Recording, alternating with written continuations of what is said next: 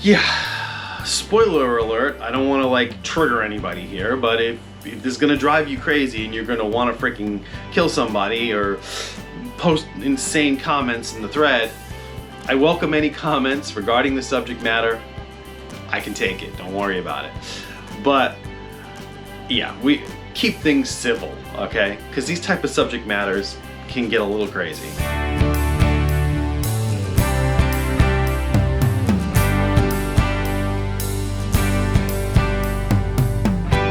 Hello and welcome to this week's episode of The Effects Loop. I'm your host, Jay Byrne. And this week's gonna be a bit of a talky one. I just have something on my mind that I want to talk about. I got some stuff coming up. I've got something on the way to me that I ordered that I will be doing an unboxing for. Plus I also have, I'll have a dedicated video on that as well, which will be in the next couple of weeks. But for this week, I've been watching a lot of videos about vintage gear, okay? And I have my own philosophies regarding that stuff. I don't have too much experience with vintage gear. I'll let you know what experience I do have, which isn't an awful lot, but I'll let you know what it is. Personally, my own personal opinion is I'm not a huge fan of vintage gear. And let me tell you why. Because I'm a bit of a germaphobe, so I don't want something from somebody that's crusty and nasty and old. You know what I mean? That I gotta clean up and make good again. I just assume buy a brand new guitar. If I had unlimited amounts of money where I could buy whatever I want, I'd buy a custom shop, brand new, not reliced, because I'm not a fan of relicing either. I mean, I like my guitars looking new. That's my own personal preference. And I don't really understand this thing where people want things to look old, artificially old. I mean, buy a brand new guitar, beat the hell out of it, relic it yourself. Then at least the relicing on that guitar has some kind of a meaning to you. But if you go and buy an already beat up guitar for like $6,000, it doesn't mean anything. Like the relicing on that guitar doesn't mean anything. That somebody spent some time beating up your guitar prior to you buying it. So you're buying something, you can look at this in two ways. You're buying something that is already destroyed, but paying exorbitantly high new prices for these already beat up things. I don't get that mindset. And what's interesting about that is I mean, the vintage guitar market has always been there. But people bought vintage guitars for a reason. Go back 20, 30 years, whatever. People bought a vintage guitar because Joe Perry played it, or Jimmy Page played it, or somebody that they admired played that guitar, and it might have been beat up, but they were able to find that guitar and buy it because it had some kind of personal meaning for them. They actually, you know, they wanted a guitar that one of their heroes had played, and the relicing and the fact if it was beat up because that person that they respected beat up that guitar. So that meant something. There was a point to it. Do you know what I'm saying?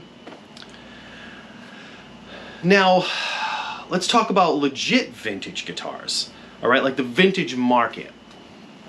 Paying like $10,000 for a 1959 Les Paul or something like that. Actually, they cost way more than $10,000. But I'm just throwing numbers out there, okay? I don't really know what any of this really means. I'm just kind of throwing some ideas out off the cuff and talking here. But I personally don't see the benefit in buying something that's 60 years old as opposed to buying something brand new for cheaper, for that matter, that's actually new, that say you're in your 30s, your 40s, or your 20s or whatever, and you buy a brand new guitar. By the time you're 50 or 60, your guitar is going to show age. It's going to have that look, that patina, but it's going to be because you made it that way. not because you paid for it to be that way right off the bat. I mean, think about what those relic guitars are going to look like 30, 40 years from now. They're going to look like absolute garbage. They're going to look like something that has been scraped off the floor of somebody's basement, because they're already destroyed and beat up. I mean, the guitars themselves are in perfect condition, but the outward appearance is beat up. And let's be honest here, like, there may be a process to aging a guitar, but rusty pickups are still rusty pickups. Damaged wood is still damaged wood. There's no way around that. Even if it's an artist damaging that wood to try to make it look like somebody else's already damaged guitar, it's still damaged wood. So 30, 40 years from now, that wood is going to be damaged that much more. So these relic guitars that are being sold right now are gonna look like garbage 50 years from now. Nobody's gonna want them, because, I mean, is it just gonna get worse and worse to the point where we want some, oh, I want my guitar to have a neck with a string hanging from it. Oh, look at this. This is super vintage. I mean, it exponentially gets crazier the more you go through the idea in your head. And I mean, that's how I feel about it. Like, I would never pay that kind of money for something that looks that beat up. If that's what you like, that's what you like. But I can't justify it. I can't see the point in it. And let's look at like legit vintage market again. Okay, say you buy a 335 or something like that from like 1959 or 1965 or whatever year they made 335s. And maybe it's a classic year for 335s. And people want those guitars because those guitars were essentially made better in 1955. They were made better. Think about that. They weren't made better 5 years ago. They were made better 60 years ago. Go through anything in your house, or anything that you've owned, or anything that your family has owned for 60 years, and I guarantee you, you are going to find damage. It might not work right anymore. Something's going to be rotted on it. Bugs, animals, you name it, could be living in it. It could reek because it was in like a smoker's house for like 35 years, and you're never going to get that smell out of it. It's just never going to go away. Or it was played in a smoky lounge for years and years and years. So I just don't understand that mindset. And talk me out of it. If you want to leave comments below and you want to try to convince me, go right ahead. But I guarantee you, the people that have vintage instruments, at least the average Joe that has a vintage instrument, probably got it from their dad, who probably bought it himself in 1965. And that aging, that wear, any work that's been done to it has been done over the course of the 40 or 50 years that your dad owned it, or you owned it after your grandfather gave it to you, or something like that. And that means something. There's a reason for that. There's a point for that. But just to go out and buy for $30,000 a 1959 Les Paul, let's see if you could get one for $30,000. Let's say you could get one for $30,000. A 1959 Les Paul that's in decent condition. It's player grade. You're going to spend more money on top of that, probably fixing the wiring, probably getting a refret, probably maybe you have to change the tuners out. And let's say you want to keep this thing all original, because people buy this stuff as an investment. They see, well, it's worth $30,000 now, it's going to be worth $50,000 20 years from now. What does it matter?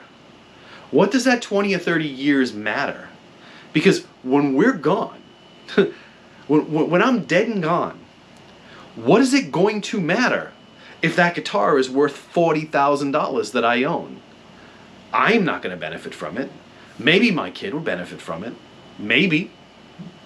Maybe she won't care, and she won't even be aware of the fact that it's worth that much money.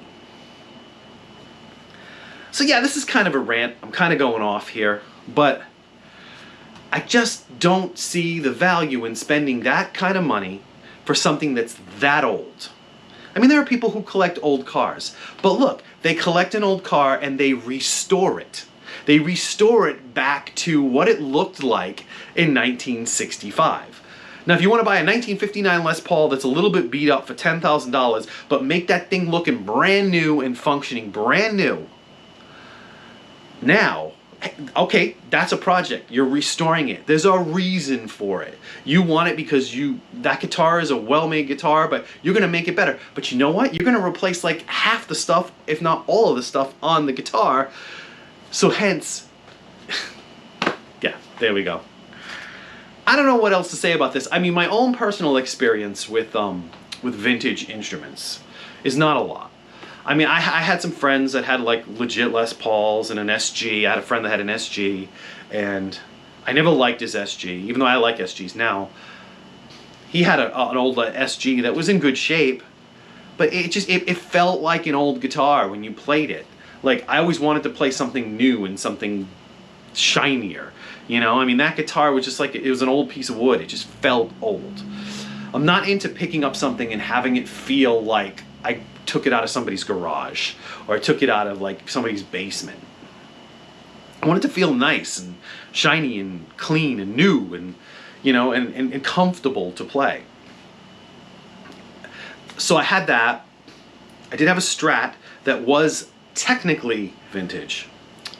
And I gotta be honest with you, I mean, it was new when my wife got it, but when it became vintage, which was like, yeah, vintage in Guitar Center's eyes is 25 years later, and I'm not sure if that's actually the legitimate definition for vintage, but that's what Guitar Center considers vintage. When it became vintage, by that point, and it had been relatively well taken care of, I mean, the tremolo was a mess. It was all rusted up. It was oxidizing really bad. It had this weird white crap all over it. The pickups sucked. They were the worst pickups. It was so bright, and that you couldn't work with it. I tried blocking that thing. I tried fixing it. Like, maybe now I could do a better job with it because I know a little bit more about what I'm doing. But even back then, I tried setting that guitar up so that it would play really well. And without replacing half the stuff on the guitar, and this is only like a 25-year-old guitar, it was kind of junky. And that was only 25 years old. Can you imagine getting your hands on something that's 60, 70 years old? I mean, you'd be lucky the thing doesn't break in half when you grab it. I don't know. I've been watching a lot of videos about vintage stuff, and personally, it feels like a status thing to me. Like, I have a 1959 Les Paul. Great. Yeah, I have a 2013 Epiphone Les Paul, and you know what? The thing's brand new. It plays like new. It feels good. It's not broken. The pickups work. The selectors work. Everything works on it. I plug it into an amp, and it sounds good. That's all that matters to me. I think we tend to forget that instruments, as gorgeous as they are, and they can be gorgeous. I mean, I love Gibson-style guitars. I'm a huge fan of the look of Gibsons, 335s, Les Pauls, SGs, Specials, you name it. All right? I love the look of those guitars. I like Telecasters too. Gretches, I love Gretches. Gretches are gorgeous. I don't know if I feel that I am comfortable playing a Gretsch, but I love the way they look. But honestly, these are tools used to make music. A guitar is a tool that you use to make music. Now, it doesn't matter what that guitar is. If the music is good, if you're proud of what you've done, then it's a tool. You have made music with that tool. Whether that tool costs you $400, $3,000, $30,000, you've made music with that tool. And if it's good, it's good. If it's bad, it's bad. If it's whatever and you're happy with it, who cares? Yeah, I don't know. I can go on and on and on ranting about this, but I think I've ranted enough about this subject matter. I think you get the point that I'm trying to make. But it's my personal opinion I mean, if you're a huge fan of vintage guitars, if you're a huge fan of relic guitars, great. Personally, if I had like an unlimited amount of money to buy guitars, I'd be buying brand new custom shop guitars that were new looking, not relict, that look new, and I'd be proud of it. And if it got relict, it'd be relict because I did it, not because it came that way. But anyway, if you like this kind of content, like, subscribe, leave a comment underneath the video. I post new videos every week. I got some stuff coming up that I'm going to be making videos about, so I hope you enjoyed this. I'm Jay Byrne. This has been the Effects Loop. Take care. See you next time.